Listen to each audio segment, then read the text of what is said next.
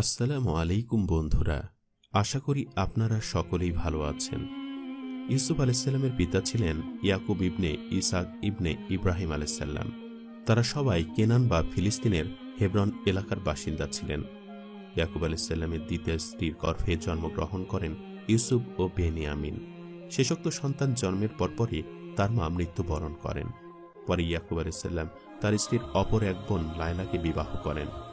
ইউসুফ আলাইসাল্লামের সাথে মিশরে পুনর্মিলনের সময় ইনি মা হিসাবে সেখানে পিতার সাথে উপস্থিত ছিলেন। হযরত ইউসুফ আলাইসাল্লাম ১১০ বছর বয়সে মিশরে ইন্তেকাল করেন এবং তিনিও হেব্রনের একই স্থানে সমাধিস্থ হওয়ার জন্য সন্তানদের নিকটে ওসিয়ত করে যান। এর দ্বারা বাইতুল মুকাদ্দাস অঞ্চলের বরকত ও উচ্চ মর্যাদা প্রমাণিত হয়। হযরত ইয়াকুব আলাইসাল্লামের বংশধরগণ সকলে বনু ইসরায়েল নামে খ্যাত হয়। তার ১২ পুত্রের মধ্যে মাত্র ইউসুফ নবী হয়েছিলেন। তার রূপ লাবণ্য ছিল অতুলনীয়। জুলাইখার গর্ভে ইউসুফ আলাইসাল্লামের ২টি পুত্র সন্তান হয়। তাদের নাম ছিল ইসরাইম ও মানসা। ইফরাইমের একটি পুত্র ও একটি কন্যা সন্তান হয়। পুত্র ছিলেন নুন, যার পুত্র ইউসা নবী হন, এবং কন্যা ছিলেন লায়া অথবা রামহা, যিনি আয়ুব আলাইসাল্লামের স্ত্রী ছিলেন। ইউসুফ আলাইসাল্লামের সময়কাল ছিল ঈসা আলাইসাল্লামের অনন্য ১৮০০ বছর পূর্বেকার। ইউসুফ আলাইসাল্লামের জন্মের কিছুকাল পরেই বেনিয়ামিন জন্মগ্রহণ করেন। বেনিয়ামিন জন্মের পরপরই তাদের মায়ের মৃত্যু ঘটে। তখন মাতৃহীন ২ শিশুর লালন পালনের ভার তাদের ফুপুর ওপরে অর্পিত হয়। আল্লাহ তাআলা ইউসুফকে এত বেশি রূপ লাবণ্য এবং মায়াশীল ব্যবহার দান করেছিলেন যে যেই তাকে দেখত সেই তার প্রতি আকৃষ্ট হয়ে পড়ত। ফুপু তাকে অত্যন্ত স্নেহ করতেন, একদণ্ড চোখের আড়াল হতে দিতেন না। এদিকে বিপত্নিক ইয়াকুব আলাইসাল্লাম মাতৃহীনা ২ শিশু পুত্রের প্রতি স্বাভাবিকভাবে অধিকতর দুর্বল এবং সর্বদা ব্যাকুল থাকতেন। ইতিমধ্যে ইউসুফ একটু বড় হলে এবং হাঁটাচলা করার মতো বয়স হলে পিতা ইয়াকুব আলাইসাল্লাম তাকে ফুফুর নিকট থেকে আনতে চাইলেন, কিন্তু ফুফু তাকে ছাড়তে নারাজ। ওদিকে পিতাও তাকে নিয়ে আসতে সংকল্পবদ্ধ।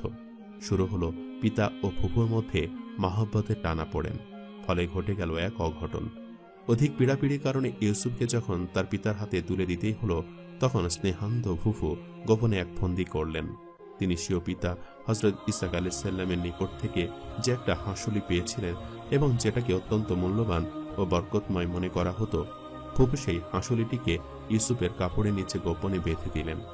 অতঃপর ইউসুফ তার পিতার সাথে চলে যাওয়ার পর ফুফু জোরে সোরে প্রচার শুরু করলেন যে তার মূল্যবান হাঁসুলিটি চুরি হয়ে গেছে।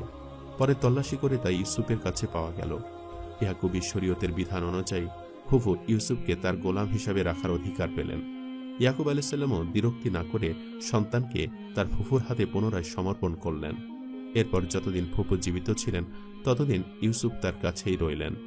এই ছিল ঘটনা, যাতে ইউসুফ নিজের অজান্তে চুরির অপরাধে অভিযুক্ত হয়েছিলেন। এরপর বিষয়টি সবার কাছে দিবালোকের মতো স্পষ্ট হয়ে ফুটে উঠেছিল যে তিনি ছিলেন এ ব্যাপারে একেবারেই নির্দোষ। ফুপুর অপত্য স্নেহই তাকে ঘিরে এ চক্রান্ত জাল বিস্তার করেছিল।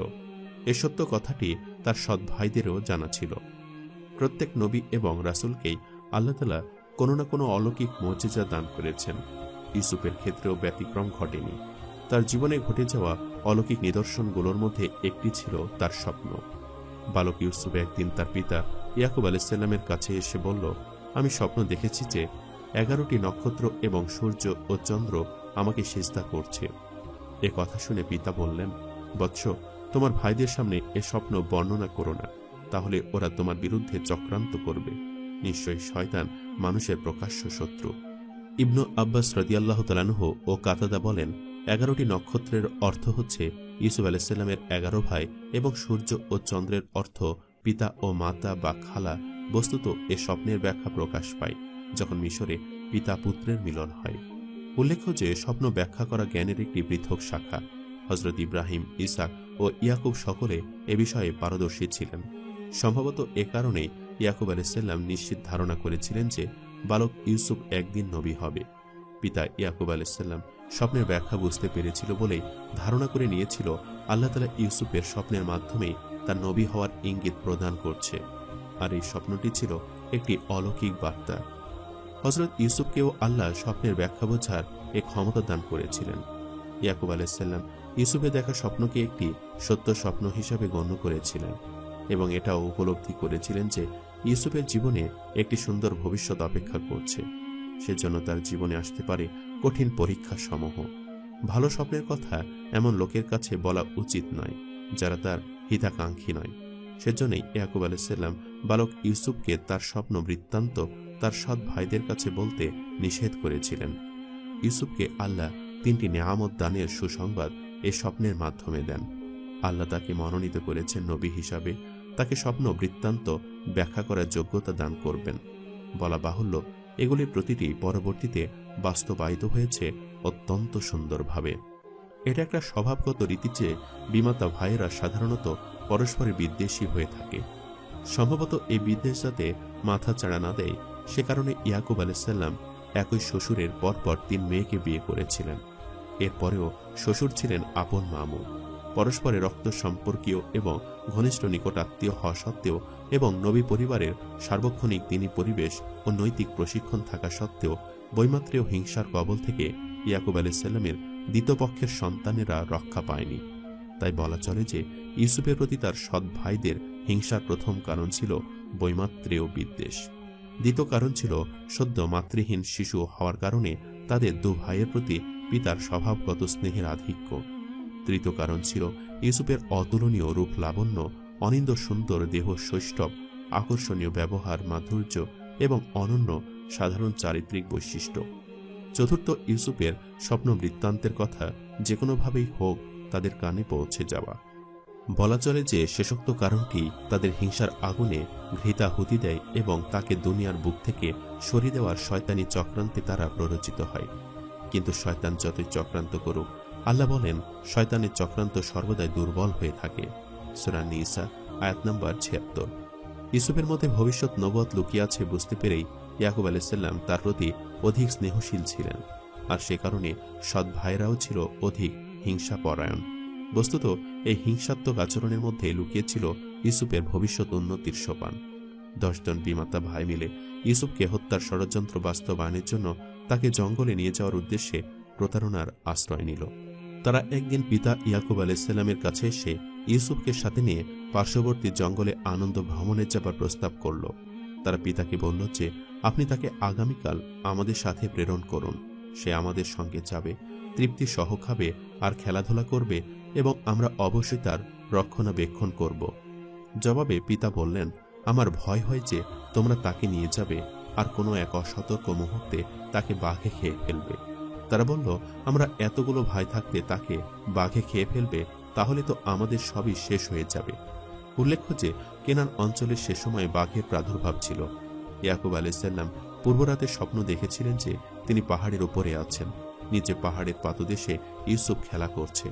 হঠাৎ 10টি বাঘ এসে তাকে ঘেরাও করে ফেলে এবং আক্রমণ করতে উদ্যত হয়, কিন্তু তাদের মধ্যকার একটি বাঘ এসে তাকে মুক্ত করে দেয়। অতঃপর ইউসুফ মাটির ভেতরে লুকিয়ে যায়। ইয়াকুব আলাইহিসসালাম ভেবেছিল যে তার 10 পুত্রই হয়তো সেই বাঘের ন্যায় কাজ করবে। যাই হোক, ছেলেদের পীড়াপিড়িতে অবশেষে তিনি রাজি হলেন, কিন্তু তাদের কাছ থেকে অঙ্গীকার নিলেন যাতে তারা ইউসুফকে কোনরূপ কষ্ট না দেয় এবং তার প্রতি সর্বদা খেয়াল রাখে। অতঃপর তিনি জ্যেষ্ঠ পুত্র ইয়াহুদা বা রুবিলের হাতে ইউসুফকে সোপর্দ করলেন এবং বললেন, তুমি এর খাওয়া দাওয়া ও অন্যান্য সকল ব্যাপারে দেখাশোনা করবে। কিন্তু জঙ্গলে পৌঁছেই শয়তানি চক্রান্ত বাস্তবায়নের জন্য তারা তৎপর হয়ে উঠল। তারা ইউসুফকে হত্যা করার জন্য প্রস্তুত হল। তখন বড় ভাই ইয়াহুদা তাদের বাধা দিল এবং পিতার নিকটে তাদের অঙ্গীকারের কথা স্মরণ করিয়ে দিল, কিন্তু শয়তান তাদেরকে আরো বেশি জেদি করে তুলল। অবশেষে বড় ভাই একা পেরে না উঠে প্রস্তাব করল, বেশ, তবে একে হত্যা না করে বরং ওই দূরের একটা পরিত্যক্ত কুয়ায় ফেলে দাও, যাতে কোনো পথিক এসে ওকে উঠিয়ে নিয়ে যায়। তাতে তোমাদের 2টো লাভ হবে। 1, সে পিতার কাছ থেকে দূরে চলে যাবে ও তোমরা তখন পিতার নিকটবর্তী হবে।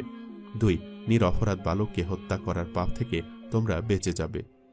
বড় ভাইয়ের কথায় সবাই একমত হয়ে ইউসুফকে কুয়ায় ধারে নিয়ে গেল। এ সময় তারা তার গায়ের জামা খুলে নিল। নিঃসন্দেহে ধরে নেওয়া যায় যে এ সময় 6-7 বছরের কচি বালক ইউসুফ তার ভাইয়ের কাছে নিশ্চয়ই কান্নাকাটি করে প্রাণ ভিক্ষা চেয়েছিল, কিন্তু শয়তান তাদেরকে হিংসায় উন্মুক্ত করে দিয়েছিল। এই কঠিন মুহূর্তে ইউসুফকে সান্ত্বনা দেওয়ার জন্য আল্লাহ তার নিকটে ওহী নাজিল করেন। নিঃসন্দেহে এটি নবুয়তের ওহী ছিল না। কেননা সাধারণত 40 বছর বয়স হওয়ার পূর্বে আল্লাহ কাউকে নবী করেন না। এ ওহী ছিল সেই রূপ যেরূপ ওহী বা ইলহাম এসেছিল শিশু মুসার মায়ের কাছে মুসাকে বাক্সে ভরে নদীতে ভাসিয়ে দেওয়ার জন্য কূপে নিক্ষিপ্ত হওয়ার পূর্বে অথবা পরে ইউসুফকে সান্ত্বনা ও মুক্তির সুসংবাদ দিয়ে এ ওহী নাজিল হয়েছিল। ইউসুফকে তার ভাইরা কূপে নিক্ষেপ করল, সেখানেও আল্লাহ তাকে সাহায্য করলেন। আর এমন সান্ত্বনার বাণী পাওয়া ছিল তার জন্য এক অলৌকিক নিদর্শন। তিনি কুয়ার নিচে একখণ্ড পাথরের ওপরে স্বাচ্ছন্দ্যে বসে পড়েছিলেন। বড় ভাই ইয়াহুদা গোপনে তার জন্য দৈনিক একটা পাত্রের মাধ্যমে উপর থেকে খাদ্য ও পানীয় নামিয়ে দিত এবং দূর থেকে সর্বক্ষণ তদারকি করত। ইউসুফকে অন্ধকূপে ফেলে দিয়ে একটা ছাগলছানা জবেহ করে তার রক্ত ইউসুফের পরিত্যক্ত জামায় মাখিয়ে তারা সন্ধ্যায় বাড়ি ফিরল এবং কাঁদতে কাঁদতে পিতার কাছে হাজির হয়ে ইউসুফকে বাঘে নিয়ে গেছে বলে কৈফিয়ত পেশ করল। প্রমাণস্বরূপ তারা ইউসুফের রক্তমাখা জামা পেশ করল। হতভাগারা এটা বুঝেনি যে বাঘে নিয়ে গেলে জামাটা খুলে রেখে যায় না, আর খুললেও বাঘের নখের আঁচড়ে জামা ছিন্ন ভিন্ন হয়ে যাবার কথা। তাছাড়া যে পিতার কাছে তারা মিথ্যা কৈফিয়ত পেশ করছে তিনি একজন নবী, ওহীর মাধ্যমে তিনি সবই জানতে পারবেন। কিন্তু হিংসায় অন্ধ হয়ে গেলে মানুষ সবকিছু ভুলে যায়। সিরা থেকে মিশরে যাওয়ার পথে একটি ব্যবসায়ী কাফেলা পথ ভুলে জঙ্গলের মধ্যে উক্ত পরিত্যক্ত কুয়ার নিকটে এসে তাঁবু ফেলে। তারা পানির সন্ধানে তাতে বালতি নিক্ষেপ করল, কিন্তু বালতিতে উঠে এলো তরতাজা সুন্দর একটি বালক ইউসুফ। সাধারণ দৃষ্টিতে এটি একটি বিচ্ছিন্ন ঘটনা মনে হলেও সবকিছুই ছিল আল্লাহর পূর্ব পরিকল্পিত এবং পরস্পর সংযুক্ত অটুট ব্যবস্থাপনারই অংশ। ইউসুফকে উদ্ধার করার জন্যই আল্লাহ উক্ত কাফেলাকে পথ ভুলে এখানে এনেছেন। তার গোপন রহস্য বুঝবার সাধ্য বান্দার নেই। আবু বকর ইবনে আয়াশ বলেন, ইউসুফ কুয়াতে 3 দিন ছিলেন, কিন্তু আহলে কিতাবগণ বলেন সকালে নিক্ষেপের পর সন্ধ্যার আগেই ব্যবসায়ী কাফেলা তাকে তুলে নেয়। আল্লাহ সর্বাধিক অবগত। কাফেলার মধ্যকার জনৈক ব্যক্তির নিক্ষিপ্ত বালতিতে ইউসুফ উপরে উঠে আসেন। অনিন্দ সুন্দর বালক দেখে সে আনন্দে আত্মহারা হয়ে বলে উঠল, কি আনন্দের কথা, এ যে একটি বালক। এরপর তারা তাকে মালিকবিহীন পণ্য দ্রব্য মনে করে লুকিয়ে ফেলল, কেননা সে যুগে মানুষ কেনাবেচা হতো।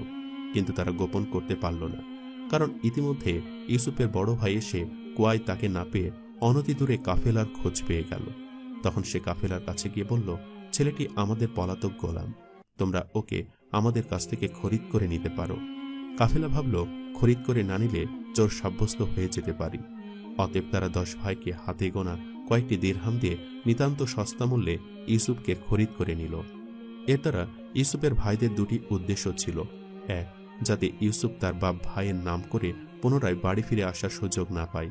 2, যাতে ইউসুফ দেশান্তরী হয়ে যায় ও অন্যের কৃতদাস হয়ে জীবন অতিবাহিত করে এবং কখনোই দেশে ফিরতে না পারে। এই সময়কার দৃশ্য কল্পনা করতেও গা শিউরে ওঠে।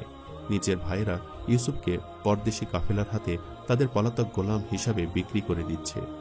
নবীপুত্র ইউসুফের মনের অবস্থা ওই সময় কেমন হচ্ছিল কল্পনা করা যায় কি? বালক ইউসুফ ওই সময় বাড়ি যাওয়ার জন্য কান্নাকাটি করাই ছিল স্বাভাবিক, কিন্তু তেমন কোনো কথা কোরআনে বর্ণিত হয়নি। তাতে মনে হয় বিক্রয়ের ঘটনাটি তার অগোচরে ঘটেছিল, ভাইদের সাথে পুনরায় দেখা হয়নি। অন্ধকূপ থেকে উদ্ধার পাওয়ার পর ব্যবসায়ী কাফেলা তাকে বিক্রির জন্য মিশরের বাজারে উপস্থিত করল। মানুষ কেনাবেচার সেই হাটে এই অনিন্দ সুন্দর বালককে দেখে বড় বড় ধনশালী খরিদ্দাররা রীতিমতো প্রতিযোগিতা শুরু করল, কিন্তু আল্লাহ পাক তাকে মর্যাদার স্থানে সমুন্নত করতে চেয়েছিলেন। তাই সব খরিদ্দারকে ডিঙ্গিয়ে মিশরের তৎকালীন অর্থ ও রাজস্ব মন্ত্রী কিফতি তাকে বহু মূল্য দিয়ে খরিদ করে নিলেন। কিফতি ছিলেন নিঃসন্তান। মিশরের অর্থমন্ত্রীর উপাধি ছিল আজিজ বা আজিজ মিসর। ইউসুফকে ক্রয় করে এনে তিনি তাকে স্বীয় স্ত্রীর হাতে সমর্পণ করলেন এবং বললেন, একে সন্তানের ন্যায় উত্তম রূপে লালন পালন করো, এর থাকার জন্য উত্তম ব্যবস্থা করো, ভবিষ্যতে সে আমাদের কল্যাণে আসবে। বস্তুত ইউসুফের কমনীয় চেহারা ও নম্র ভদ্র ব্যবহারে তাদের মধ্যে সন্তানের মমতা জেগে ওঠে। কিফতি তার দূরদর্শিতার মাধ্যমে ইউসুফের মধ্যে ভবিষ্যতের অশেষ কল্যাণ দেখতে পেয়েছিলেন, আর সেই জন্য তাকে সর্বোত্তম যত্ন সহকারে রাখার ব্যবস্থা করেছিলেন। মূলত এসবই ছিল আল্লাহর পূর্ব নির্ধারিত। আজিজে মিসরের গৃহে কয়েক বছর পুত্র স্নেহে লালিত পালিত হয়ে ইউসুফ অতঃপর যৌবনে পদার্পণ করলেন। রূপ লাবণ্যে ভরা ইউসুফের প্রতি জুলাইখার অন্যায় আকর্ষণ জেগে উঠল। সে ইউসুফকে খারাপ ইঙ্গিত দিতে লাগল।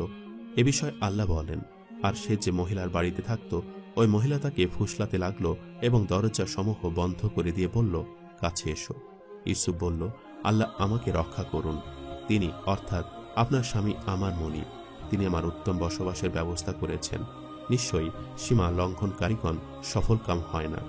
উক্ত মহিলা তার বিষয়ে কুচিন্তা করেছিল এবং ইউসুফ তার প্রতি অনিচ্ছাকৃত কল্পনা করেছিল, যদি না সে স্বীয় পালনকর্তার প্রমাণ অবলোকন করত, অর্থাৎ আল্লাহ নির্ধারিত উপদেশদাতা নফসে লাওয়ামা তথা শানিত বিবেক যদি তাকে কঠোরভাবে বাধা না দিত। এভাবে এটা এজন্য হয়েছে যাতে আমরা তার থেকে যাবতীয় মন্দ ও নির্লজ্জ বিষয় সরিয়ে দেই। নিশ্চয়ই সে আমাদের মনোনীত বান্দাগণের একজনা। তারা উভয়ে ছুটে দরজার দিকে গেল এবং মহিলাটি ইউসুফের জামা পেছন দিক থেকে ছিঁড়ে ফেলল। উভয় মহিলার স্বামীকে দরজার মুখে পেল। তখন মহিলাটি তার স্বামীকে বলল, যে ব্যক্তি তোমার স্ত্রীর সাথে অন্যায় বাসনা করে তাকে কারাগারে নিক্ষেপ করা অথবা অন্য কোনো যন্ত্রণাদায়ক শাস্তি দেওয়া ব্যতীত আর কি সাজা হতে পারে? ইউসুফ বলল, সেই আমাকে তার কুমতলব সিদ্ধ করার জন্য ফুসলিয়েছে। তখন মহিলার পরিবারের এক শিশু সাক্ষ্য দিল যে যদি ইউসুফের জামা সামনের দিকে ছেঁড়া হয় তাহলে মহিলা সত্য কথা বলেছে এবং ইউসুফ মিথ্যাবাদী, আর যদি তার জামা পেছন দিক থেকে ছেঁড়া হয় তবে মহিলা মিথ্যা বলেছে এবং ইউসুফ সত্যবাদী। অতঃপর গৃহস্বামী যখন দেখল যে ইউসুফের জামা পেছন দিক থেকে ছেঁড়া, তখন সে স্বীয় স্ত্রীকে উদ্দেশ্য করে বলল, এটা তোমাদের ছলনা, নিঃসন্দেহে তোমাদের ছলনা খুবই মারাত্মক। অতঃপর তিনি ইউসুফকে সান্ত্বনা দিয়ে বললেন, ইউসুফ, এ প্রসঙ্গ ছাড়ো, আর হে মহিলা, এ পাপের জন্য ক্ষমা প্রার্থনা করো, নিশ্চিতভাবে তুমি পাপাচারিণী। সূরা ইউসুফ আয়াত 23 থেকে 29। এখানে অলৌকিকভাবে একটি শিশুর মুখ থেকে যদি এমন সাক্ষ্যবাণী না আসত তাহলে ইউসুফ আলাইহিসসালামকে শাস্তি দেওয়া হতো। আর এই শিশুর কথা বলার ঘটনাটি ছিল তার জীবনের জন্য এক অলৌকিক ঘটনা। গৃহস্বামী দুজনকে নিরস্ত করে ঘটনা চেপে যেতে বললেও ঘটনা চেপে থাকেনি, বরং নানা ডালপালা গজিয়ে শহরময় রাষ্ট্র হয়ে গেল যে আজিজের স্ত্রী স্বীয় পুত্রসম গোলামের সাথে অন্যায় কর্মে উদ্যোগী হয়েছিলেন। তখন বিষয়টি পরিষ্কার করার জন্য জুলাইখা শহরের উচ্চ শ্রেণীর মহিলাদের নিজ বাড়িতে ভোজসভায় দাওয়াত দেবার মনস্থ করল। এ বিষয়ে কুরআনী বর্ণনা নিম্নরূপ। নগরের মহিলারা বলাবলি করতে লাগল যে আজিজের স্ত্রী স্বীয় গোলামকে অন্যায় কাজে ফুসলিয়েছে, সে তার প্রতি আসক্ত হয়ে গেছে, আমরা তো তাকে প্রকাশ্য ভ্রষ্টতার মধ্যে দেখতে পাচ্ছি। যখন সে অর্থাৎ জুলাইখা তাদের চক্রান্তের কথা শুনল তখন তাদের জন্য একটা ভোজসভার আয়োজন করল এবং ফল কাটার জন্য তাদের প্রত্যেককে একটা করে চাকু দিল। অতঃপর ইউসুফকে বলল, এদের সামনে চলে এসো। সে মতে ইউসুফ সেখানে এলো। অতঃপর যখন তারা তাকে সচক্ষে দেখল তখন সবাই হতভম্ব হয়ে গেল এবং ফল কাটতে গিয়ে নিজেদের অজান্তে স্ব হাত কেটে ফেলল। ইউসুফের সৌন্দর্য দেখে বিস্ময়ে অভিভূত হয়ে তারা বলে উঠল, হায় আল্লাহ, এ তো মানুষ নয়, এ যে মর্যাদাবান ফেরেশতা।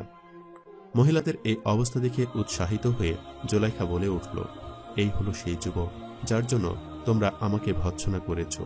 আমি তাকে প্ররোচিত করেছিলাম, কিন্তু সে নিজেকে সংযত রেখেছে। এখনই আমি তাকে যা আদেশ দিই তা যদি সে পালন না করে তাহলে সে অবশ্যই কারাগারে নিক্ষিপ্ত হবে এবং সে অবশ্যই লাঞ্ছিত হবে। শহরের বিশিষ্ট মহিলাদের সমাবেশে জুলাইখা নির্লজ্জভাবে বলেছিল, ইউসুফ হয় আমার ইচ্ছা পূরণ করবে, নয় জেলে যাবে। অন্য মহিলারাও জুলাইখাকে সমর্থন করেছিল। এতে বোঝা যায় যে সে যুগে নারী স্বাধীনতা ও স্বেচ্ছাচারিতা চরমে উঠেছিল। তাদের চক্রান্তের কাছে পুরুষেরা অসহায় ছিল। নইলে স্ত্রীর দোষ প্রমাণিত হওয়ার পরেও মন্ত্রী তার স্ত্রীকে শাস্তি দেওয়ার সাহস না করে নির্দোষ ইউসুফকে জেলে পাঠালেন কেন? অবশ্য লোকজনের মুখ বন্ধ করার জন্য, নিজের ঘর রক্ষার জন্য এটা হতে পারে। ইউসুফ যখন বুঝলেন যে এই মহিলাদের চক্রান্ত থেকে উদ্ধার পাওয়ার কোনো উপায় নেই, তখন তিনি আল্লাহর আশ্রয় প্রার্থনা করে বললেন, আল্লাহ, এরা আমাকে যে কাজে আহ্বান করছে তার চেয়ে কারাগারি আমার জন্য শ্রেয়। আল্লাহ তার দোয়া কবুল করলেন এবং তাদের চক্রান্তকে হটিয়ে দিলেন। এতে বোঝা যায় যে চক্রান্তটা একপক্ষীয় ছিল এবং তাতে ইউসুফের লেশমাত্র সম্পৃক্ততা ছিল না। দ্বিতীয়ত, ইউসুফ যদি জেলখানাকে অধিকতর পছন্দনীয় না বলতেন এবং শুধুমাত্র আল্লাহর আশ্রয় প্রার্থনা করতেন তাহলে হয়তোবা আল্লাহ তার জন্য নিরাপত্তার অন্য কোনো ব্যবস্থা করতেন। যাই হোক, আজিজে মিসরের গৃহে বাস করে চারিত্রিক পবিত্রতা রক্ষা করা অসম্ভব বিবেচনা করে ইউসুফ জুলাইখার হুমকি মতে জেলখানাকেই অধিকতর শ্রেয় বলেন। ফলে কারাগারি তার জন্য নির্ধারিত হয়ে যায়। আল্লাহ তাআলা মহিলাদের চক্রান্ত জাল থেকে ইউসুফকে বাঁচানোর জন্য কৌশল করলেন। আজিজে মিশর ও তার সভাসদগণের মধ্যে ইউসুফের সততা ও সৎ চরিত্রতা সম্পর্কে নিশ্চিত ধারণা জন্মেছিল। তথাপি লোকজনের কানাঘোষা বন্ধ করার জন্য এবং সর্বোপরি নিজের ঘর রক্ষা করার জন্য ইউসুফকে কিছুদিনের জন্য কারাগারে আবদ্ধ রাখাকে তারা সমীচীন মনে করলেন এবং সে মতে ইউসুফ জেলে প্রেরিত হলেন। যেমন আল্লাহ বলেন, অতঃপর এসব সততা নিদর্শন দেখার পর আজিজে মিশর ও তার সাথীরা ইউসুফকে কিছুদিন কারাগারে রাখা সমীচীন মনে করল। সূরা ইউসুফ আয়াত নম্বর ৩৫। বালাখানা থেকে জেলখানায় নিক্ষিপ্ত হওয়ার পর এক করুণ অভিজ্ঞতা শুরু হলো ইউসুফের জীবনে। মনকষ্ট ও দৈহিক কষ্ট, সাথে সাথে স্নেহান্ধ ফুপু ও সন্তানহারা পাগল পাড়া বৃদ্ধ পিতাকে কেনানে ফেলে আসার মানসিক কষ্ট সব মিলে ইউসুফের জীবন হয়ে ওঠে দুর্বিষহ। কেনানে ভাইয়েরা শত্রু, মিশরে জুলাইখা শত্রু, নিরাপদ আশ্রয় কোথাও নেই। অতএব জেলখানাকে আপাতত জীবন সাথী করে নিলেন এবং নিজেকে আল্লাহর আশ্রয়ে সমর্পণ করে কয়েদি সাথীদের মধ্যে দিনের দাওয়াতে মনোনিবেশ করলেন। ইউসুফকে আল্লাহ স্বপ্ন ব্যাখ্যাদানের বিশেষ জ্ঞান দান করেছিলেন, আর এটি ছিল তার জন্য এক অলৌকিক মজেজা। দিনের দাওয়াতের ক্ষেত্রে এ বিষয়টিও তার জন্য সহায়ক প্রমাণিত হয়। ইউসুফ কারাগারে পৌঁছলে সাথে আরো দুজন অভিযুক্ত যুবক কারাগারে প্রবেশ করে। তাদের একজন বাদশাকে মদ্যপান করাত এবং অপরজন বাদশার বাবুর্চি ছিল। ইবনু কাসির তাফসির বিদগণের বরাত দিয়ে লেখেন যে তারা উভয়ে বাদশাহের খাদ্যে বিষ মেশানোর দায়ে অভিযুক্ত হয়ে জেলে আসে। তখনও মামলার তদন্ত চলছিল এবং চূড়ান্ত রায় বাকি ছিল। তারা জেলে এসে ইউসুফের সততা, বিশ্বস্ততা, ইবাদতদারি ও স্বপ্ন ব্যাখ্যাদানের ক্ষমতা সম্পর্কে জানতে পারে। তখন তারা তার নৈকট্য লাভে সচেষ্ট হয় এবং তার ঘনিষ্ঠ বন্ধুতে পরিণত হয়। বন্ধুত্বের এই সুযোগকে ইউসুফ তাওহীদের দাওয়াতে কাজে লাগান। তাতে প্রতীতি জন্মে যে সম্ভবত কারাগারে ইউসুফকে নবুয়ত দান করা হয়। ইউসুফের কারাসঙ্গীতয় এবং তাদের নিকটে প্রদত্ত দাওয়াতের বিবরণ আল্লাহ দিয়েছেন নির্মক্তভাবে। ইউসুফের সাথে কারাগারে দুজন যুবক প্রবেশ করল। তাদের একজন বলল, আমি স্বপ্নে দেখলাম যে আমি মদ নিংড়াচ্ছি। অপরজন বলল, আমি দেখলাম যে আমি মাথায় করে রুটি বহন করছি আর তা থেকে পাখি খেয়ে নিচ্ছে। আমাদেরকে এ স্বপ্নের ব্যাখ্যা বলে দিন, কেননা আমরা আপনাকে সৎকর্মশীলগণের অন্তর্ভুক্ত দেখতে পাচ্ছি। ইউসুফ বলল, তোমাদেরকে প্রত্যহ যে খাদ্য দান করা হয় তা তোমাদের কাছে আসার আগেই আমি তার ব্যাখ্যা বলে দিতে পারি। এ জ্ঞান আমার পালনকর্তা আমাকে দান করেছেন। আমি ওই সব লোকেদের ধর্ম ত্যাগ করেছি যারা আল্লাহর প্রতি বিশ্বাস পোষণ করে না এবং আখিরাতে অস্বীকার করে। আমি আমার পিতৃপুরুষ ইব্রাহিম, ইসাক ও ইয়াকুবের ধর্ম অনুসরণ করি। আমাদের জন্য শোভা পায় না যে কোনো বস্তুকে আল্লাহর অংশীদার করি। এটা আমাদের প্রতি এবং অন্য সব লোকেদের প্রতি আল্লাহর বিশেষ অনুগ্রহ। কিন্তু অধিকাংশ লোক কৃতজ্ঞতা স্বীকার করে না। অতঃপর তিনি সাথীদের প্রতি তাওহীদের দাওয়াত দিয়ে বলেন, হে কারাগারের সাথীদ্বয়, পৃথক পৃথক অনেক উপাস্য ভালো না পরাক্রমশালী এক আল্লাহ, তোমরা আমাকে ছেড়ে নিছক কতগুলো নামের পূজা করে থাকো, যেগুলো তোমরা এবং তোমাদের বাপদাদারা সাব্যস্ত করে নিয়েছে। এদের পক্ষে আল্লাহ কোনো প্রমাণ অবতীর্ণ করেননি। আল্লাহ ব্যতীত কারো বিধান দেবার ক্ষমতা নেই। তিনি আদেশ দিয়েছেন যে তাকে ব্যতীত তোমরা অন্য কারো ইবাদত করো না। এটাই সরল পথ, কিন্তু অধিকাংশ লোক তা জানে না। এভাবে তাওহীদের দাওয়াত দেওয়ার পর তিনি স্বীয় কারার সাথীদ্বয়ের প্রশ্নের জবাব দিতে শুরু করলেন। হে কারাগারের সাথীদ্বয়, তোমাদের একজন তার মনিবকে মদ্যপান করাবে এবং দ্বিতীয়জন তাকে শুলে চড়ানো হবে। অতঃপর তার মস্তক থেকে পাখি ঘিলু খেয়ে নিবে। তোমরা যে বিষয়ে জানতে আগ্রহী তার সিদ্ধান্ত হয়ে গেছে। অতঃপর যে ব্যক্তি সম্পর্কে স্বপ্নের ব্যাখ্যা অনুযায়ী ধারণা ছিল যে সে মুক্তি পাবে, তাকে ইউসুফ বলে দিল যে তুমি তোমার মনিবের কাছে অর্থাৎ বাদশাহের কাছে আমার বিষয়ে আলোচনা করবে যাতে আমাকে মুক্তি দেয়। কিন্তু শয়তান তাকে তার মনিবের কাছে বলার বিষয়টি ভুলিয়ে দেয়। ফলে তাকে কয়েক বছর কারাগারে থাকতে হয়। মিশরের বাদশাহ একটি স্বপ্ন দেখলেন এবং এটি ছিল আল্লাহর পক্ষ হতে ইউসুফের কারামুক্তির ওসিলা। অতঃপর বাদশাহ তার সভাসদগণকে ডেকে স্বপ্নের ব্যাখ্যা জিজ্ঞেস করেন, কিন্তু কেউ জবাব দিতে পারল না। অবশেষে তারা বাদশাকে সান্ত্বনা দেওয়ার জন্য বলল, এগুলি কল্পনাপ্রসূত স্বপ্ন মাত্র, এগুলির কোনো বাস্তবতা নেই। কিন্তু বাদশা তাতে স্বস্তি পান না। এমন সময় কারামুক্ত সেই খাদেম বাদশার কাছে তার কারাসঙ্গী ও বন্ধু ইউসুফের কথা বলল। তখন বাদশাহ ইউসুফের কাছে স্বপ্ন ব্যাখ্যা জানার জন্য উক্ত খাদেমকে কারাগারে পাঠালেন। সে স্বপ্ন ব্যাখ্যা শুনে এসে বাদশাকে সব বৃত্তান্ত বলল। উক্ত বিষয়ে কুরআনী বর্ণনা নিম্নরূপ। বাদশাহ বলল, আমি স্বপ্নে দেখলাম 7টি মোটা তাজা গাভী এদেরকে 7টি শীর্ণ গাভী খেয়ে ফেলছে এবং 7টি সবুজ শীষ ও অন্যগুলো শুরু। হে সভাসদবর্গ, তোমরা আমাকে আমার স্বপ্নের ব্যাখ্যা বলে দাও, যদি তোমরা স্বপ্ন ব্যাখ্যায় পারদর্শী হয়ে থাকো। তারা বলল, এটি কল্পনাপ্রসূত স্বপ্ন মাত্র, এরূপ স্বপ্নের ব্যাখ্যা আমাদের জানা নেই। তখন দুজন কারাবন্দীর মধ্যে যে ব্যক্তি মুক্তি পেয়েছিল দীর্ঘকাল পরে ইউসুফের কথা স্মরণ হল এবং বলল, আমি আপনাদেরকে এ স্বপ্নের ব্যাখ্যা বলে দেব, আপনারা আমাকে জেলখানায় পাঠিয়ে দিন। অতঃপর সে জেলখানায় পৌঁছে বলল, ইউসুফ, হে আমার সত্যবাদী বন্ধু, বাদশাহ স্বপ্ন দেখেছেন যে 7টি মোটা তাজা গাভী তাদেরকে খেয়ে ফেলছে 7টি ছিন্ন গাভী এবং 7টি সবুজ শীষ ও অন্যগুলি শুষ্ক।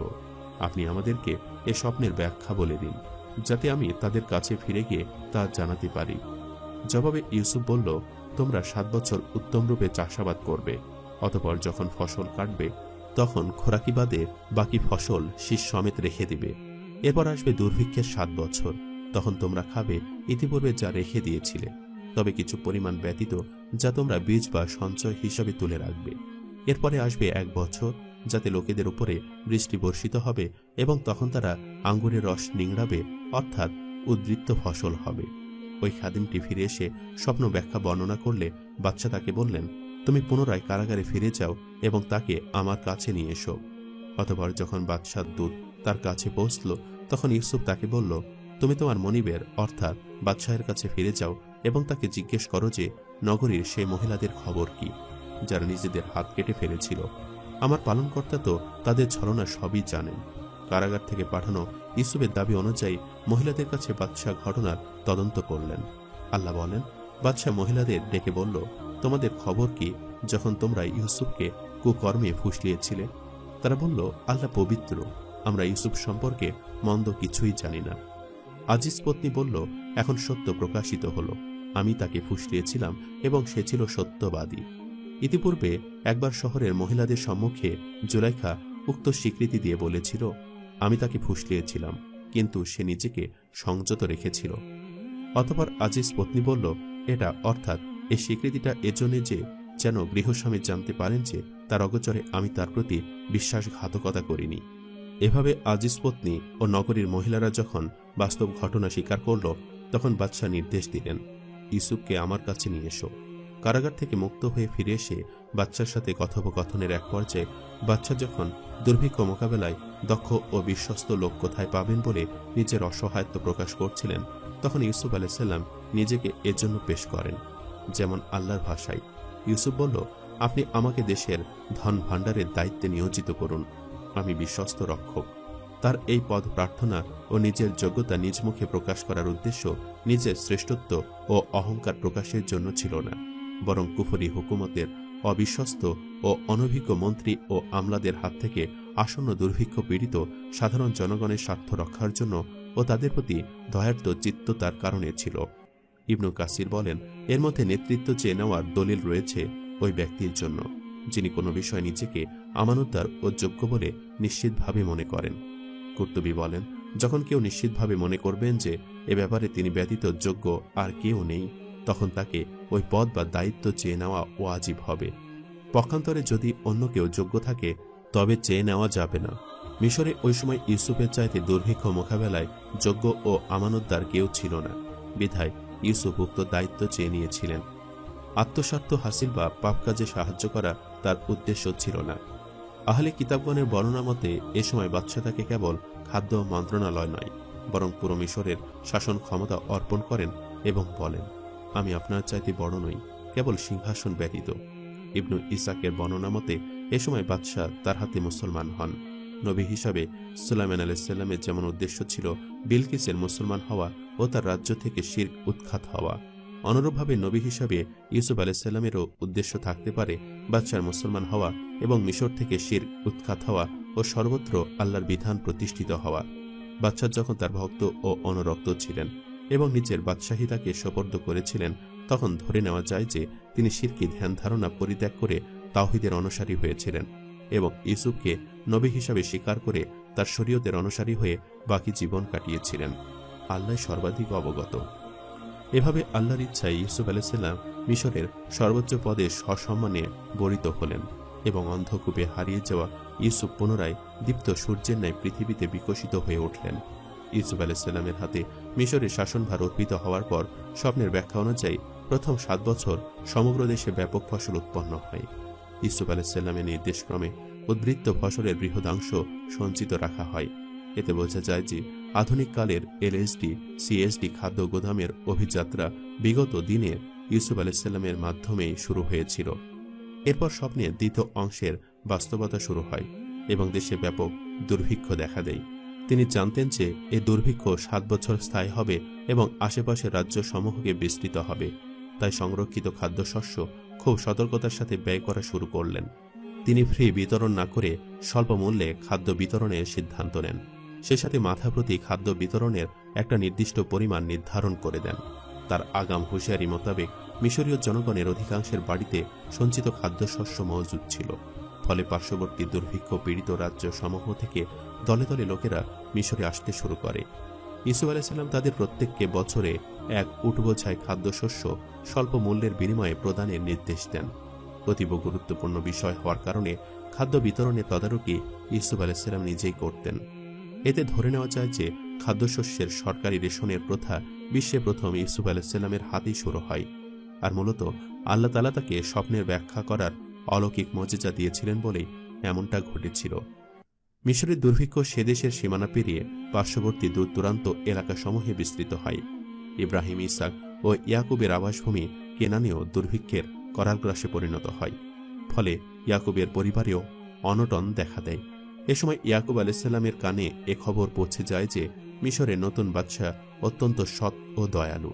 তিনি স্বল্পমূল্যে এক উট পরিমাণ খাদ্যশস্য অভাবী ব্যক্তিদের মধ্যে বিতরণ করছেন। এ খবর শুনে তিনি পুত্রদের বললেন, তোমরাও মিশরে গিয়ে খাদ্যশস্য নিয়ে এসো। সে মতে 10 ভাই 10টি উট নিয়ে রওনা হয়ে গেল। বৃদ্ধ পিতার খেদমত ও বাড়ি দেখাশোনার জন্য ছোট ভাই বেনিয়ামিন একাকী রয়ে গেল। কেনান থেকে মিশরের রাজধানী প্রায় 250 মাইলের ব্যবধান। যথাসময়ে 10 ভাই কেনান থেকে মিশরে উপস্থিত হল। ইউসুফ আলাইহিসসালাম তাদেরকে চিনে ফেললেন, কিন্তু তারা তাকে চিনতে পারেনি। যেমন আল্লাহ বলেন, ইউসুফের ভাইরা আগমন করল এবং তার কাছে উপস্থিত হল। ইউসুফ তাদেরকে চিনতে পারল, কিন্তু তারা তাকে চিনতে পারেনি। 10 ভাই দরবারে পৌঁছলে ইউসুফ আলাইহিসসালাম তাদেরকে দোভাষীর মাধ্যমে এমনভাবে জিজ্ঞাসাবাদ করেন যেমন অচেনা লোকদের করা হয়। উদ্দেশ্য ছিল তাদের সম্পর্কে নিশ্চিত হওয়া এবং পিতা ইয়াকুব ও ছোট ভাই বেনিয়ামিনের বর্তমান অবস্থা জেনে নেওয়া। যেমন তিনি জিজ্ঞেস করেন, তোমরা ভিন্নভাষী এবং ভিনদেশী, আমরা কিভাবে বুঝব যে তোমরা শত্রুর গুপ্তচর নও? তারা বলল, আল্লাহর কসম, আমরা গুপ্তচর নই। আমরা আল্লাহর নবী ইয়াকুব আলাইহিসসালামের সন্তান। তিনি কেনানে বসবাস করেন। অভাবের তাড়নায় তার নির্দেশে সুদূর পথ অতিক্রম করে আপনার কাছে এসেছি আপনার সুনাম সুখ্যাতি শুনে। যদি আপনি আমাদের সন্দেহবশে গ্রেফতার করেন অথবা শূন্য হাতে ফিরিয়ে দেন, তাহলে আমাদের অতিবৃদ্ধ পিতামাতা ও আমাদের 10 ভাইয়ের পরিবার না খেয়ে মারা পড়বে। এ কথা শুনে ইউসুফের হৃদয় উথলে উঠল, কিন্তু অতি কষ্টে বুকে পাষাণ চেপে রেখে বললেন, তোমাদের পিতার আরো কোনো সন্তান আছে কি? তারা বলল, আমরা 12 ভাই ছিলাম। তন্মধ্যে এক ভাই ইউসুফ ছোটবেলায় জঙ্গলে হারিয়ে গেছে। আমাদের পিতা তাকেই সর্বাধিক স্নেহ করতেন। অথবা তার সহোদর সবার ছোট ভাই বেনিয়ামিন এখন বাড়িতে আছে পিতাকে দেখাশোনার জন্য। সব কথা শুনে নিশ্চিত হবার পর ইউসুফ আলাইহিসসালাম তাদেরকে রাজকীয় মেহমানের মর্যাদা রাখার এবং যথারীতি খাদ্যশস্য প্রদানের নির্দেশ দিলেন। অতঃপর বিদায়ের সময় তাদের বললেন, পুনরায় আসার সময় তোমরা তোমাদের ছোট ভাইটিকে সাথে নিয়ে এসো। এ বিষয়ে কুরআনী বর্ণনা নিম্নরূপ। অতঃপর ইউসুফ যখন তাদের রসদ সমূহ প্রস্তুত করে দিল, তখন বলল, তোমাদের বৈমাত্রেয় ভাইকে আমার কাছে নিয়ে এসো। তোমরা কি দেখছো না যে আমি মাপ পূর্ণভাবে দিয়ে থাকি এবং মেহমানদের উত্তম সমাদর করে থাকি? কিন্তু যদি তোমরা তাকে আমার কাছে না আনো, তবে আমার কাছে তোমাদের কোনো বরাদ্দ নেই এবং তোমরা আমার নিকটে পৌঁছতে পারবে না। ভাইরা বলল, আমরা তার সম্পর্কে তার পিতাকে রাজি করার চেষ্টা করব এবং আমরা এ কাজ অবশ্যই করব। এরপর ইউসুফ আলাইহিসসালাম কৌশল অবলম্বন করলেন, কেননা তিনি বুঝতে পেরেছিলেন যে 10টি উটের সমপরিমাণ খাদ্যমূল্য সংগ্রহ করতে ভাইদের সামর্থ্য নাও হতে পারে, অথচ ছোট ভাইকে আনা প্রয়োজন। সে কারণে তিনি কর্মচারীদের বলে দিলেন, খাদ্যমূল্য বাবদ তাদের দেওয়া অর্থ তাদের কোনো একটি বস্তার মধ্যে ভরে দিতে, যাতে বাড়ি গিয়ে উক্ত টাকা নিয়ে আবার তারা চলে আসতে পারে। এ বিষয়ে কুরআনী বর্ণনা নিম্নরূপ। ইউসুফ তার কর্মচারীদের বলল, তাদের পণ্যমূল্য তাদের রসদপত্রের মধ্যে রেখে দাও, যাতে গৃহে পৌঁছে তারা বুঝতে পারে সম্ভবত তারা পুনরায় আসবে। ইউসুফের ভাইরা যথাসময়ে বাড়ি ফিরে এলো। বস্তা খুলে পণ্য মূল্য ফেরত পেয়ে তারা আনন্দে উৎফুল্ল হয়ে উঠল।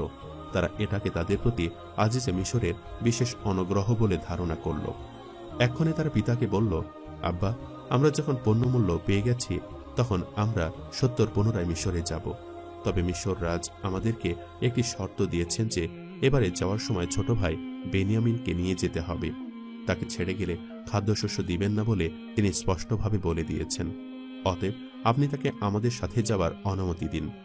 জবাবে পিতা ইয়াকুব আলাইহিসসালাম বললেন, তার সম্পর্কে তোমাদের কিভাবে বিশ্বাস করব? ইতিপূর্বে তোমরা তার ভাই ইউসুফ সম্পর্কে বিশ্বাস ভঙ্গ করেছ। অতঃপর পরিবারের অভাব অনটনের কথা ভেবে তাদের কাছ থেকে অঙ্গীকার নিয়ে তিনি বেনিয়ামিনকে তাদের সাথে যাবার অনুমতি দিলেন। ঘটনাটি কুরআনের ভাষায় নিম্নরূপ।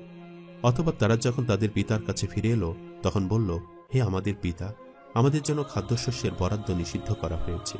অতএব আপনি আমাদের সাথে আমাদের ভাইকে প্রেরণ করুন, যাতে আমরা খাদ্যশস্যের বরাদ্দ আনতে পারি।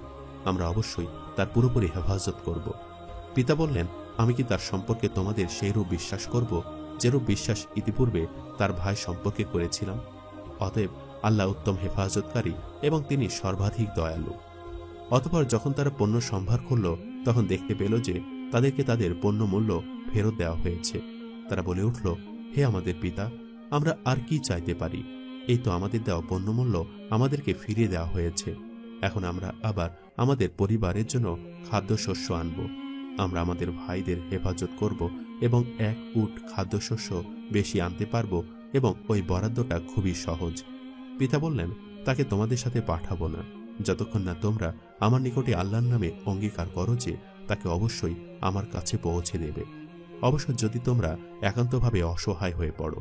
অতঃপর যখন সবাই তাকে অঙ্গীকার দিল তখন তিনি বললেন, আমাদের মধ্যে যে কথা হলো সে ব্যাপারে আল্লাহ মধ্যস্থ রইলেন। 10 ভাই বাড়ি এসে প্রথমে তাদের পিতার কাছে বেনিয়ামিনকে নিয়ে যাবার ব্যাপারে দরবার করেছে। অথচ তারা ভালো করেই জানত যে এ প্রস্তাবে পিতা কখনোই রাজি হবেন না। দীর্ঘদিন পরে বাড়ি ফিরে অভাবের সংসারে প্রথমে খাদ্যশস্যের বস্তা না খুলে বৃদ্ধ পিতার অসন্তুষ্টি উদ্রেককারী বিষয় নিয়ে কথা বলবে, এটা ভাবা যায় না। পণ্যমূল্য ফেরত পাওয়ায় খুশির মুহূর্তে বরং এরূপ প্রস্তাব দেওয়াটা যুক্তিসঙ্গত। ছেলেদের কাছ থেকে অঙ্গীকার নিয়ে বেনিয়ামিনকে তাদের সাথে পাঠাবার ব্যাপারে সম্মত হওয়ার পর পিতা ইয়াকুব আলাইহিসসালাম পরিষ্কারভাবে বলেন, আল্লাহই উত্তম হেফাজতকারী। অর্থাৎ তিনি বেনিয়ামিনকে আল্লাহর হাতে সোপর্দ করলেন। আল্লাহ তার বান্দার এই আকুতি শুনলেন। অতঃপর ইয়াকুব আলাইহিসসালাম ছেলেদেরকে কিছু উপদেশ দেন, যার মধ্যে তার বাস্তব বুদ্ধি ও দূরদর্শিতার প্রতিফলন ঘটেছে। তিনি তাদেরকে একসাথে একই প্রবেশদ্বার দিয়ে মিশরের রাজধানীতে প্রবেশ করতে নিষেধ করেন, বরং তাদেরকে পৃথক পৃথকভাবে বিভিন্ন দরজা দিয়ে শহরে প্রবেশ করতে বলেন। কেননা তিনি ভেবেছিলেন যে একই পিতার সন্তান সুন্দর ও সুঠামদেহী 11 জন ভিনদেশীকে একত্রে এক দরজা দিয়ে প্রবেশ করতে দেখলে অনেকে মন্দ কিছু সন্দেহ করবে। দ্বিতীয়ত, প্রথমবার সফরে মিশর রাজা তাদের প্রতি যে রাজকীয় মেহমানদারি প্রদর্শন করেছেন তাতে অনেকের মনে হিংসা জেগে থাকতে পারে এবং তারা তাদের ক্ষতি করতে পারে। তৃতীয়ত, তাদের প্রতি অন্যদের কুদৃষ্টি লাগতে পারে। অতঃপর পিতার নিকট থেকে বিদায় নিয়ে বেনিয়ামিন সহ 11 ভাই 11টি উট নিয়ে মিশরের পথে যাত্রা করল। প্রতিমধ্যে তাদের কোনরূপ বাধা বিঘ্ন ঘটেনি। মিশরে পৌঁছে তারা পিতার উপদেশ মতে বিভিন্ন দরজা দিয়ে পৃথক পৃথকভাবে শহরে প্রবেশ করল। ইয়াকুবের এই পরামর্শ ছিল পিতৃসুলভ স্নেহ মমতা হতে উৎসারিত, যার ফল সন্তানেরা পেয়েছে। তারা কারো হিংসার শিকার হয়নি কিংবা কারো বদনজরে পড়েনি, কিন্তু এরপরেও আল্লাহর পূর্ব নির্ধারিত তাকদীর কার্যকর হয়েছে। বেনিয়ামিন চুরির মিথ্যা অপবাদে গ্রেফতার হয়ে যায়, যা ছিল ইয়াকুবের জন্য দ্বিতীয়বার সবচেয়ে বড় আঘাত। কিন্তু এটা ইয়াকুবের দোয়ার পরিপন্থী ছিল না। সহোদর ছোট ভাই বেনিয়ামিনকে রেখে দেওয়ার জন্য ইউসুফ আলাইহিসসালাম আল্লাহর হুকুমে একটি বিশেষ কৌশল অবলম্বন করলেন। যখন সকল ভাইকে নিয়ম মাফিক খাদ্যশস্য প্রদান করা হলো এবং পৃথক পৃথক বস্তায় পৃথক নামে পৃথক উটের পিঠে চাপানো হলো, তখন গোপনে বেনিয়ামিনের বস্তার মধ্যে বাদশাহ নিজস্ব ব্যবহৃত স্বর্ণ বা রৌপ্য নির্মিত ওজন পাত্র, যা ছিল অতীব মূল্যবান, সেটিকে ভরে দেওয়া হলো। অতঃপর কাফেলা বের হয়ে কিছু দূর গেলে পেছন থেকে জনৈক রাজকর্মচারী ছুটে গিয়ে উচ্চ স্বরে ঘোষণা করল, হে কাফেলার লোকেরা, তোমরা চোর, দাঁড়াও, তোমাদের তল্লাশি করা হবে। এভাবে ইউসুফ তার ভাইদের মুখ দিয়ে তাদের শরীয়তের বিধান জেনে নিলেন এবং সভাসদগণ সবাই তা জানল। যদিও ইউসুফ তার পিতার শরীয়তের বিধান জানতেন এবং নিজেও নবী ছিলেন। চোর হিসাবে বিদেশে গ্রেফতার হওয়া ও গোলামীর শৃঙ্খলে আবদ্ধ হওয়ার মতো লজ্জাস্কর ঘটনায় প্রত্যেক ভাই বিস্ময়ে বিমূঢ় হয়ে পড়েছিল। স্বয়ং বেনিয়ামিনও এজন্য প্রস্তুত ছিল না। তবে তার মনে এতটুকু সান্ত্বনা ছিল যে সে তার ভাইয়ের কাছে থাকবে। কিন্তু চুরির মতো অপবাদ সহ্য করা নিঃসন্দেহে কষ্টদায়ক ছিল। কিন্তু বিদেশ বিভূয়ে ভিন রাজ্যে তাদের কিছু করারও ছিল না। অবশেষে সকলে মিলে বাদশার কাছে গিয়ে অনুরোধ করার সিদ্ধান্ত নিল। তারা গিয়ে বাদশাকে বলল, আমাদের যিনি বৃদ্ধ পিতা আছেন, ছোট ছেলেটি তার অতীব প্রিয়। এর বিচ্ছেদের বেদনা তিনি সইতে পারবেন না। তাই আমাদের অনুরোধ, আপনি তার বদলে আমাদের একজনকে রেখে দিন। কিন্তু বাদশা ইউসুফ তাতে রাজি হলেন না। তিনি বললেন, যার কাছে মাল পাওয়া গেছে তাকে বাদ দিয়ে অন্যকে গ্রেফতার করা আইন সিদ্ধ নয়। শত অননয় বিনয় কাজ না হয় অবশেষে মনের ক্ষেত প্রকাশ করে তাদের কেউ বলে ফেলল, সে যদি চুরি করে থাকে তবে এতে আর আশ্চর্যের কি আছে, ওর ভাইও ইতিপূর্বে চুরি করেছিল। এর দ্বারা তারা বোঝাতে চেয়েছিল যে আমরা 10 ভাই ঠিক আছি, ওরা 2 সহোদর ভাই চোর। ইউসুফ শুনে ধৈর্য ধারণ করলেন ও মনের দুঃখ মনে চেপে রাখলেন। এভাবে বাচ্চার কাছ থেকে নিরাশ হয়ে বেনিয়ামিনকে ছেড়ে যখন তারা বেরিয়ে এলো, তখন তাদের বড় ভাই ইয়াহুদা অন্য ভাইদের বলল, তোমরা পিতার কাছে ফেরত যাও এবং তাকে সব খুলে বলো। আমি এখান থেকে ফেরত যাব না যতক্ষণ না পিতা আমাকে আদেশ দেন কিংবা আল্লাহ আমার জন্য কোনো ফয়সালা করেন। উল্লেখ্য, এই বড় ভাইয়ের হাতেই তার পিতা বেনিয়ামিনকে সোপর্দ করেছিলেন এবং ইতিপূর্বে এই বড় ভাই ইউসুফকে হত্যা না করার জন্য অন্য ভাইদের পরামর্শ দিয়েছিল এবং সেই গোপনে জঙ্গলে সেই অন্ধকূপে ইউসুফের জন্য খাদ্য সরবরাহ করেছিল ও সারাক্ষণ তার তদারকি করত। কেনানে ফিরে এসে পিতার নিকটে তারা বেনিয়ামিনকে রেখে আসার কারণ ব্যাখ্যা করে এবং সে সাথে তারা নিজেদের কথার সত্যতা প্রমাণের জন্য মিশর প্রত্যাগত অন্যান্য কেনানি কাফেলাকে সাক্ষী মানল এবং পিতাকে বলল, হে পিতা, আপনি জিজ্ঞেস করুন ওই জনপদের লোকদের যেখানে আমরা ছিলাম এবং জিজ্ঞেস করুন ওই সব কাফেলাকে যাদের সাথে আমরা এসেছি। আমরা নিশ্চিতভাবে আপনাকে সত্য ঘটনা বলছি। কিন্তু ক্ষুব্ধ ও ব্যথিত পিতা তাদের কথায় কর্ণপাত না করে বললেন, বরং তোমরা মন গড়া একটা কথা নিয়ে এসেছ। এখন ধৈর্য ধারণই উত্তম। সম্ভবত আল্লাহ ইউসুফ ও বেনিয়ামিনকে একসঙ্গে আমার কাছে নিয়ে আসবেন। তিনি বিজ্ঞ ও প্রজ্ঞাময়। অতঃপর তিনি তাদের দিক থেকে মুখ ফিরিয়ে নিলেন এবং বললেন, হায় আফসোস ইউসুফের জন্য। ইউসুফ ও বেনিয়ামিনকে খুঁজে বের করার জন্য ইয়াকুব আলাইহিসসালাম ছেলেদেরকে এরূপ কঠোর নির্দেশ ইতিপূর্বে কখনো দেননি। তার দৃঢ়তায় ছেলেদের মধ্যেও আশার সঞ্চার হল। বেনিয়ামিন মিশরে থাকা নির্দিষ্ট ছিল, কিন্তু ইউসুফের ব্যাপারে কোনো আশা ছিল না। বলা হয়ে থাকে যে আল্লাহ যখন কোনো কাজের ইচ্ছা করেন তখন তার কার্যকরণ সমূহ প্রস্তুত করে দেন। বেনিয়ামিনের উদ্দেশ্যে মিশর যাত্রার মধ্যে ইউসুফ উদ্ধারের বিষয়টি লুকিয়েছিল, যেটা কারো জানা ছিল না। তাই আল্লাহর ইচ্ছায় ভাইরা সবাই মিশরের উদ্দেশ্যে রওনা হল।